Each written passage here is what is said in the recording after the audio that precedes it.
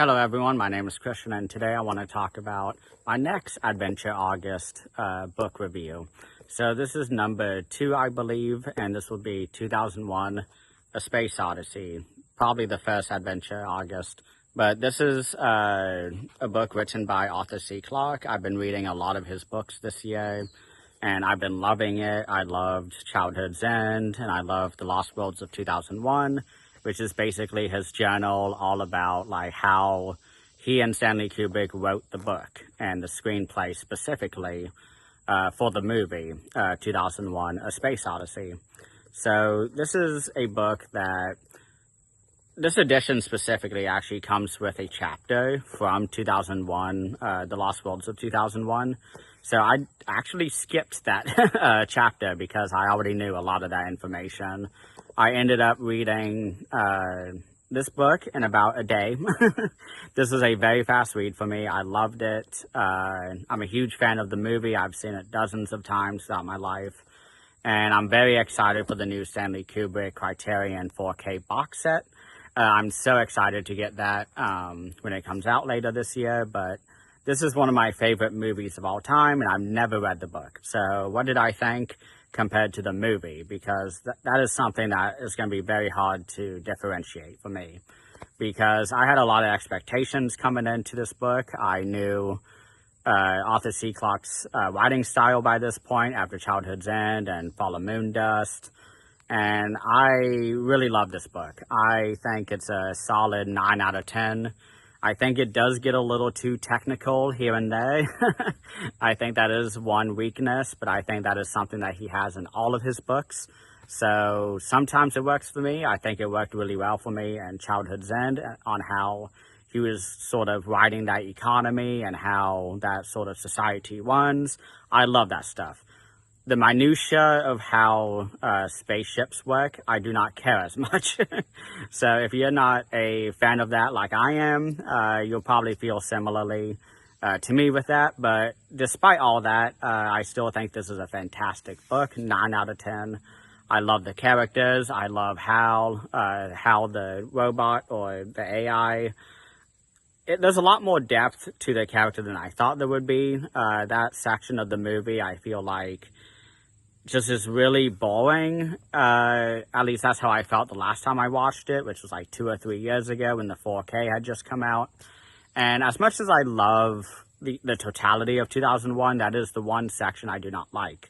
So I was very happy to read this book and finally understand, and like, because there's so much going on with 2001, the movie, that section I'm always just like preoccupied thinking about still the beginning of the movie with Moonwatcher, the ape, and then all of the stuff after Hal, where the pilot, I forget his name, I want to say his name is Commander Shepard, but I think that's Mass Effect.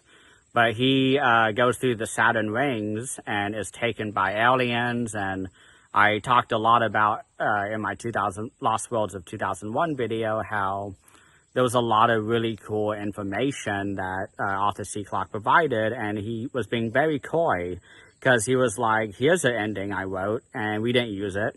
Here's another ending that we wrote, we didn't use it.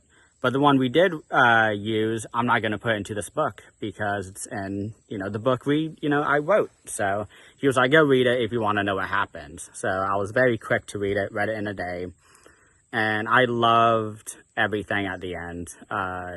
It answered a lot of the questions that I had from the movies of like, what kind of aliens are these? And I love sort of the reveals. I guess it's kind of spoilery, but I don't think it's that big of a deal because it's just kind of a throwaway line.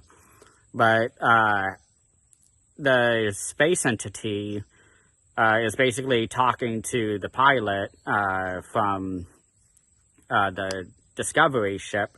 And the alien is like, hey, like, we were basically, well, no, actually, excuse me. So we find ourselves having a POV chapter with the alien from 2001 Space Odyssey.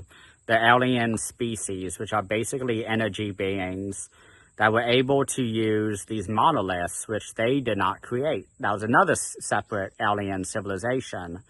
And in this this was my favorite chapter, by the way. It was chapter 37 of 2001. And this chapter basically is a POV of everything to do with the alien civilization and how they found all the different sort of things with like the life development and stuff like that, because these aliens are advanced enough that they were able to sort of ascend into energy beings. And so they become sort of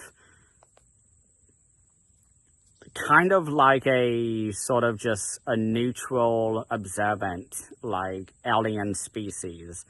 And it keeps like taking these monoliths that they know how to use and reproduce from the previous alien civilization, and they're able to basically just throw them onto planets that have like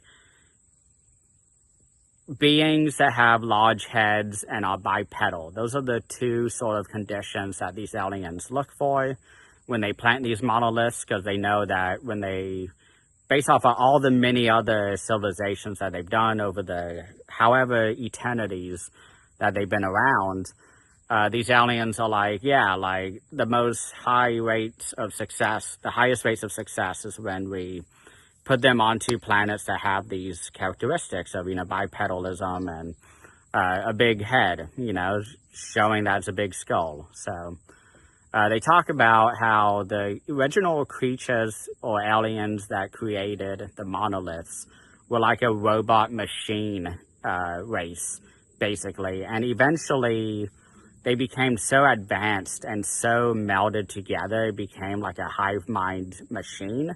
And they all melded together into like a mechanical planet.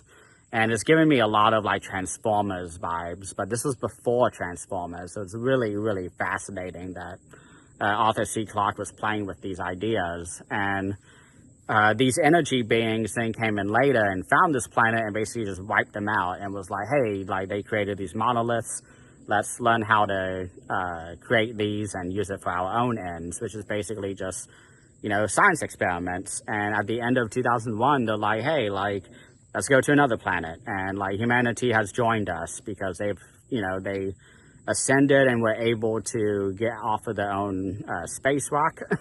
They uncovered the monolith on the moon, and that was kind of our wake-up call to us, from the humans, to basically be like, hey, there's, a new civilization that can now space travel. And I love all this. I love all these ideas. I love the movie. I think both of these need to be engaged with. I think as a fan of the movie, I think there's so much to enjoy with the book. I think it's a very, to me, it was just so much fun to watch the movies all my life and then finally get to the book, but then not actually read the book first, but read the journal that Arthur C. Clarke made, talking about how he wrote the script, and then leaving a lot of surprises because he was like, y'all need to read this.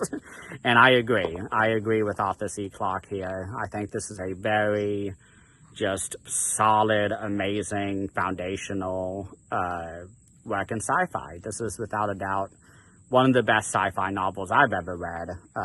It's not standalone. It is a trilogy, so I'm very excited to get into that, into the sequels, because I know nothing about it. I know there's movies based on them, but I mean, I haven't seen them, so I don't know. But everybody should read this book. So thank you all so much for watching, and please have a great rest of the day.